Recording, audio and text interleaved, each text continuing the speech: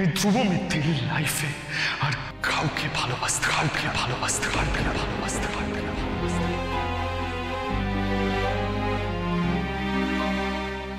আজ সবটা বুঝলাম উকিল বাবু, কেন আপনার মনের মধ্যে এত কষ্ট জমা হয়েছিল। আপনি তো আমায় কোনোদিনও বলেনও নি। অবশ্য আমাকে বলবেনই বা কেন? আমাকে তো শেষ পর্যন্ত বিশ্বাসই করলেন না। সে এত বড় মিথ্যে কথা বলতে পারে, সে আর যাই হোক আমার স্ত্রী নয়। বেরিয়ে যাও এই বাড়ি। একটু সময়ও দিলেন না আমায়।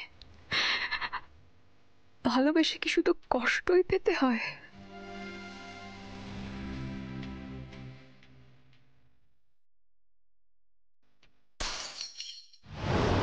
কাজের থেকে তো অকাজ করো বেশি। কাঁচের জিনিসগুলো হাতের কাছে না রাখলে চলছিল না। আগে বাবু, আপনি তো রান্নাঘরে বেশি আসেন না, তাই আমি আমার মতো করে সব গুছিয়ে রাখি। আজকে হঠাৎ করে রান্নাঘরে বেশ করেছি। আমার কিচেনে আমি কখন ঢুকবো সেটা তোমায় বলে আসতে হবে? একদম আমার নামে দোষ দিবি না, তোর দোষ হয়েছে। বলে কিনা আমি ঢুকেছি বলে রান্নাঘর ঘেটে গেছে। যা পরিষ্কার কর। হ্যাঁ, করে দিচ্ছি। ওমা স্যার, কি হয়েছে স্যার? আমাকে বলুন না, আমি করে দিচ্ছি। হ্যাঁ, এই খবরদার লক্ষণ রেখা একদম পেরবে না। আজকে আমি কিচেনের ইনচার্জ, কেউ ঢুকবে না এখানে। Is that clear JB? কি বললেন? জেবি? ও বুঝলে না, এটা হচ্ছে আমার স্টাইল, অ্যাব্রিভিয়েট করে বলা। জানো, আমি আমার নাতনিকেও এইভাবে রাখতাম। শর্মিকে বলতাম এস শর্মিলা সেন। তুমি জোনাকি বিশ্বাস, তুমি জেবি। জানো, আমি কোর্ট থেকে ফিরে এসে খুব ভালোবেসে রান্না করতাম। That was my favourite pastime. আর আমার নাতনি সে রান্না একেবারে প্রাণ ভরে খেত। আর আমি যাই রাঁধতাম, মানে টক ঝাল নুন মিষ্টি বেশি হোক কম হোক, ও একদম প্রাণ ভরে প্রশংসা করতো আর বলতো দারুণ হয়েছে।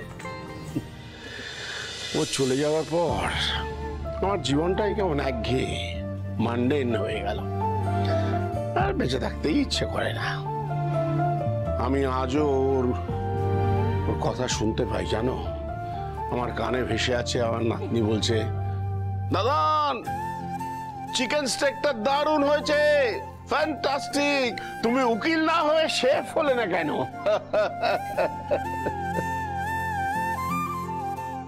সব মানুষেরই কি না পাওয়া আর হারিয়ে ফেলার এমন যন্ত্রণা বুকে চাপা থাকে মাচন্ডি?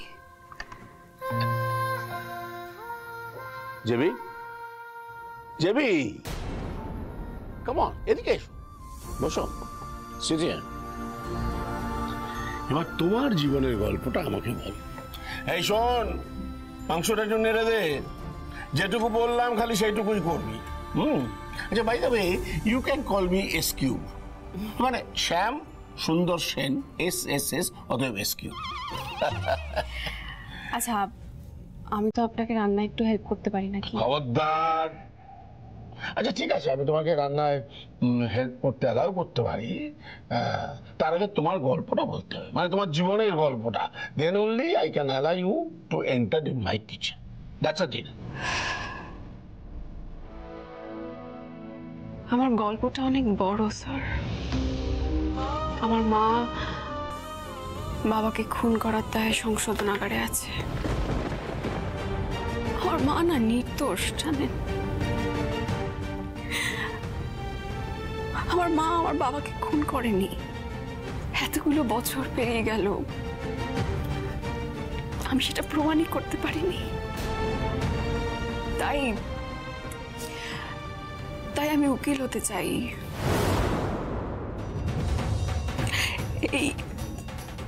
এই গোটা দুনিয়ার সামনে আমি প্রমাণ করতে চাই যে আমার মা নির্দোষ। আমার মা কোনো অন্যায় করেনি, সেটা আমি প্রমাণ করতে চাই। এতগুলো বছর আমি না মাকে জামিনেও ছাড়াতে পারিনি, জানেন। এখন সেটা সম্ভব হয়েছে। আর আমি জবে থেকে চেষ্টা করছি যে মাকে মাকে নির্দোষ প্রমাণ করব, আর আর ঠিক তখন থেকেই না কেউ কেউ আমার মাকে খুন করে দিতে চাইছে। আমি আমি আমি খুব ভালো করে জানি যে যে বা যারা আমার বাবাকে খুন করেছিল তারাই এই কাজটা করাচ্ছে। স্যার কি হয়েছে? প্রতিমা বিশ্বের হাতে শিরা কেড়ে ফেলেছে।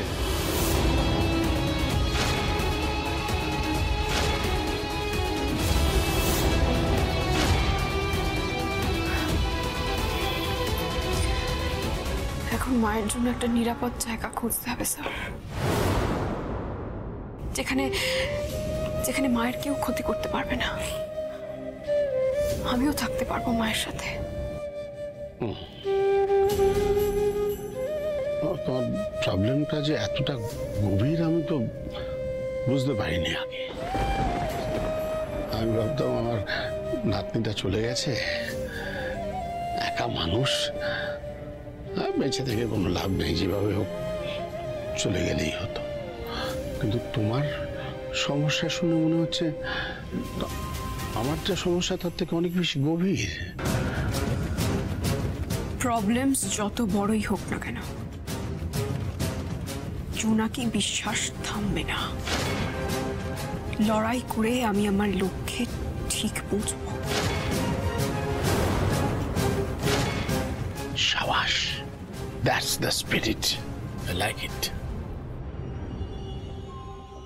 আচ্ছা, তোমার সিঁথিতে তো সিঁদুর দেখছি, তার মানে মা ছাড়া বর আছে, তা বর তোমার পাশে দাঁড়ায়নি?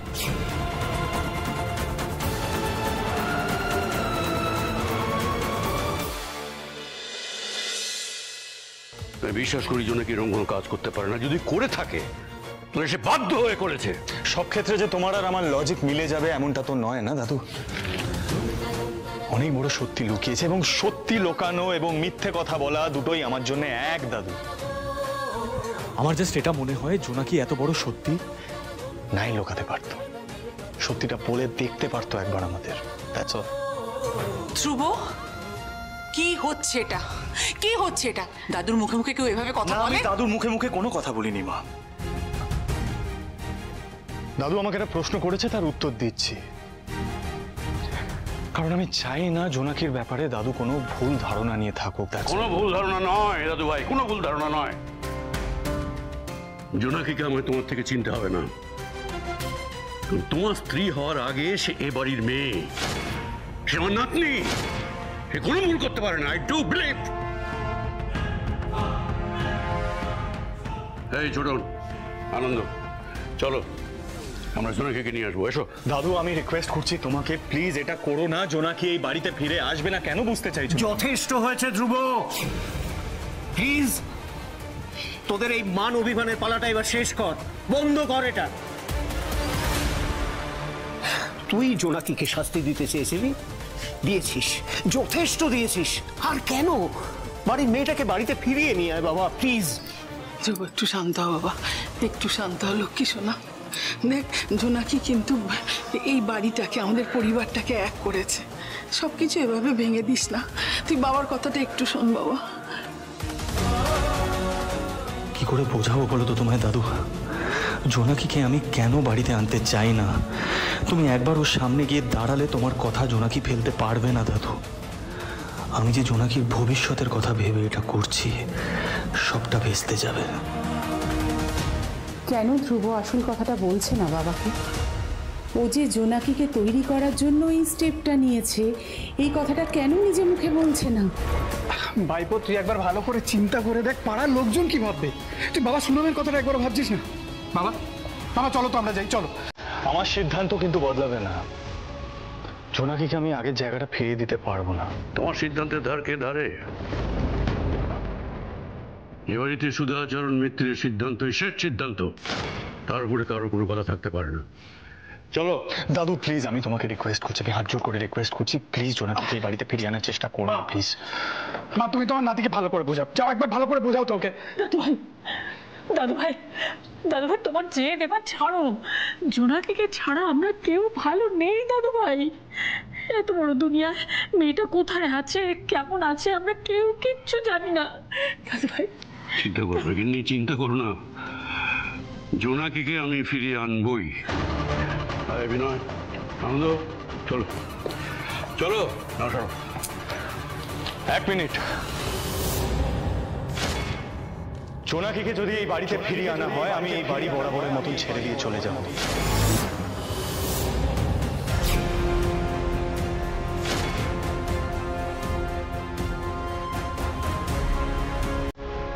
এবারে তোমরাই ডিসাইড করে নাও তোমরা কি চাও।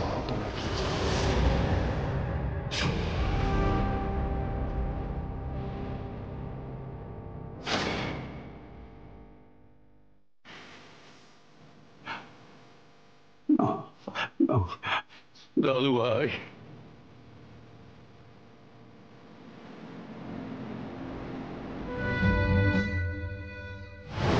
গন্ধটা তো দিব্যি বেরিয়েছে, দেখি আবার।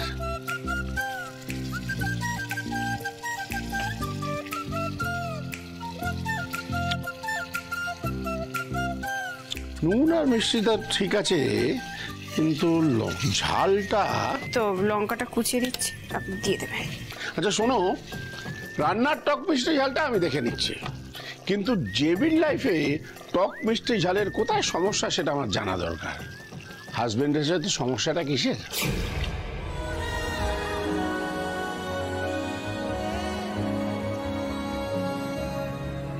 আমি আমার স্বামী সম্পর্কে কিছু বলবো না স্যার, আমি ক্ষমা চাইছি। বুঝতে পেরেছি, 99.99% বিবাহিত মহিলার যা সমস্যা তোমার তাই সমস্যা। স্বামী সম্বন্ধে খারাপ কিছু বলা যাবে না, তাকে ভগবানের আসনে বসিয়ে রাখতে হবে, তার যতই দোষ থাক। এই জন্যে মেয়েদের কিছু হলো না, ইমোশনাল ফুলস। লঙ্কাটা দিয়ে দিলাম। হ্যাঁ, বলছিলাম স্যার, আপনি আমাকে সাহায্য করবেন বলেছিলেন, কিভাবে সাহায্যটা পেতে পারি যদি বলেন। আমি তোমায় সব রকম ভাবে সাহায্য করতে পারি, কিন্তু আমার একটা শর্ত আছে, সেই শর্তটা মানতে হবে। শর্ত? কি শর্ত? আমার বাধ্য হয়ে থাকতে হবে তোমাকে। আমি যা যা বলবো সব শুনতে হবে, তোমাদের সমস্যার সমাধান আমি করব, তোমার এবং তোমার মায়ের থাকার ব্যবস্থাও করে দেবো, কিন্তু যেই মুহূর্তে দেখবো তুমি আমার কথা শুনছো না, আমি কিন্তু তোমাদের পাশে থাকবো না। আর হ্যাঁ, ভালো কথা, বর যখন তোমার পাশে দাঁড়ায়নি তখন তোমার সাথে তার যোগাযোগ থাকলে চলবে না। রাজি?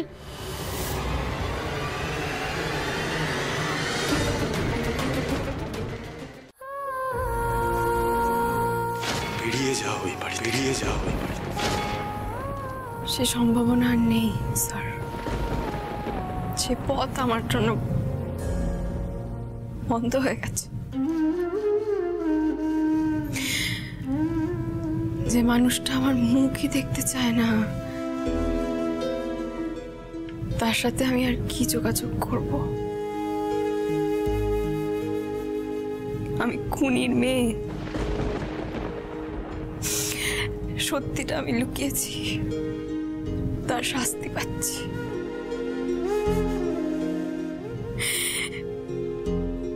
কি বলুন তো, আমি না আর কারোর দয়া পেতে চাই না স্যার। কেউ মানবিকতার খাতিরে দয়ার চোখে আমাকে আর আমার মাকে দেখুক, সেটা আমি চাই না স্যার। আমি শুধু চাই আমার মা প্রমাণের ভিত্তিতে নির্দোষ প্রমাণ হোক। এই মানুষটা কি করেছে বলুন তো? সারাটা জীবন সংশোধনাগারের অন্ধকারে আর স্মৃতি হারিয়ে কাটিয়ে দিল, কোনো দোষ না করে একটা খুনির তকমা নিয়ে গোটা জীবনটা বেঁচে আছে। অনেক হয়েছে, অনেক হয়েছে। এবার আমি আমার মাকে নির্দোষ প্রমাণ করবই। জীবন যখন খারাপ দিন দেখিয়েছে, দেখবে একদিন ভালো দিনও নিশ্চয়ই দেখাবে। এই দেখো না, আমার জীবনে যে এরকম একটা ভালো দিন আসবে তোমার মতো একটা মিষ্টি মেয়ের সঙ্গে দেখা হয়ে যাবে, তোমাকে সাহায্য করব, তোমার পাশে থাকবো একটা ভালো কাজে, আমিও কি কখনো ভেবেছিলাম? কি জানি, হয়তো এই জন্যই বেঁচেছিলাম। আমি আর পারছি না স্যার, একটা রাতের মধ্যে আমার জীবনের সব কাছের মানুষদের থেকে আমি দূরে চলে গেলাম। অন্ধকার ফাঁকা একটা জায়গায় আছড়ে পড়লাম, যেখানে যেখানে শুধু অনিশ্চয়তা আর বিপদের হাতছানিতে ভরা। আমার কি মনে হয় বলুন তো, এক এক সময় মা চণ্ডী আমাকে আবার বাইরে বের করে দিল তো জীবনটা আমার আবার তছনছ হয়ে গেল। এবার বুঝতে পারছি যে জীবনটা কতটা কঠিন। তাই হয়তো আপনাকে পাঠালো, জানেন। আমি না আপনাকে একটা অনুরোধ করছি স্যার, আর যাই হয়ে যাক আমি আপনার সব কথা শুনবো, বিশ্বাস করুন। আমি আপনার সব কথা শুনবো। এটা ঠিক করলো না, এত বড় একটা আঘাতও।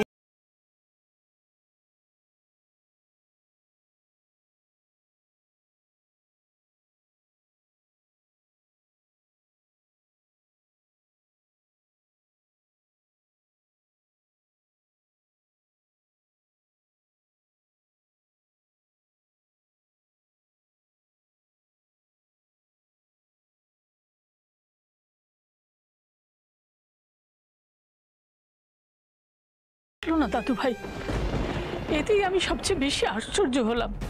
জোনাকির একটা ভুলে ওর সব গুণ নষ্ট হয়ে গেল। দাদু ভাই সব ভুলে গেল। শুধু নিজেকে ছাড়া এই বাড়ির সকলের জন্য ভেবেছে, সকলের জন্য করেছে। কত কষ্ট চেপে রেখেছে বুকের ভেতরে, মেয়েটা কেউ বুঝতে পারেনি, আমাদেরকে বুঝতেও দেয়নি। তার মায়ের জন্য কত কষ্ট সে পেয়েছে।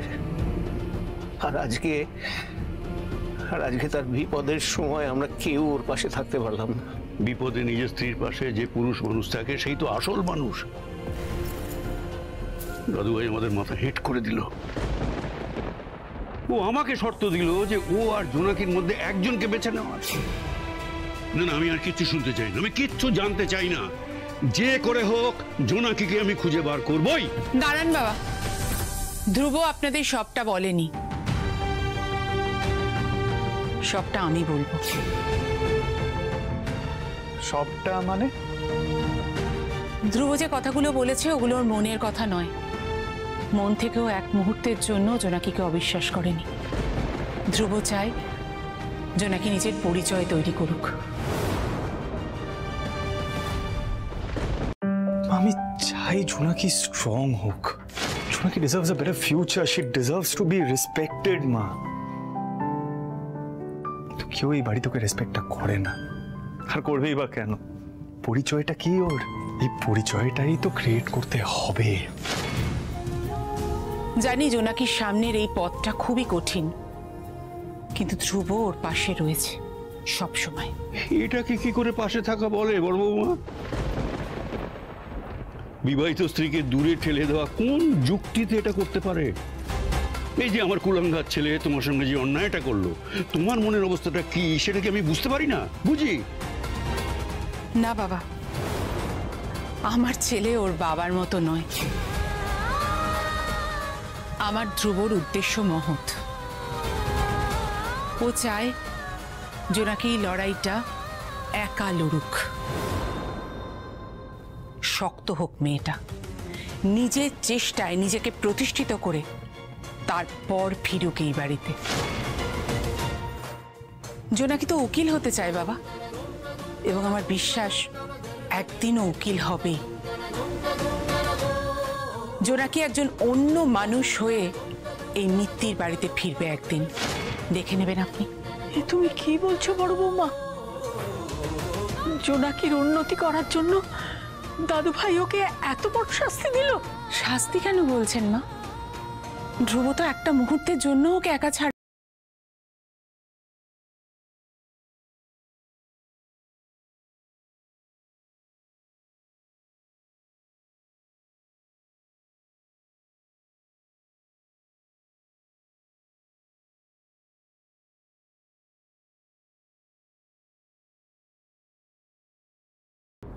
জিবি, ভরসা যখন করেছো তখন তার মর্যাদাটাও তো আমায় রাখতে হবে।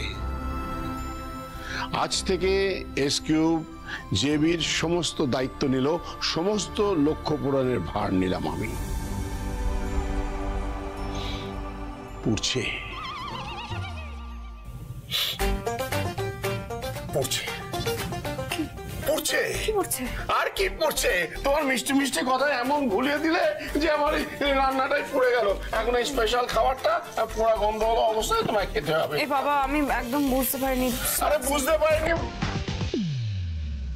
ঠিক আছে। শুরুটা এরকম হলো, শেষটা ভালো হলেই ভালো। আফটার অল সব ভালো যার শেষ ভালো।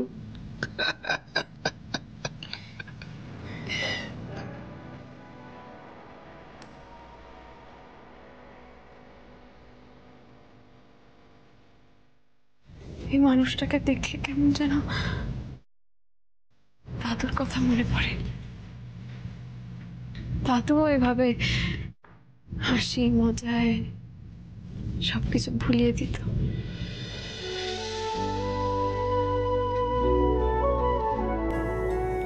আচ্ছা, দাদু কেমন আছে? বাড়ি ফিরে তো জেনেছে যে এই জন্য কি আর কোনোদিনও ফিরবে না।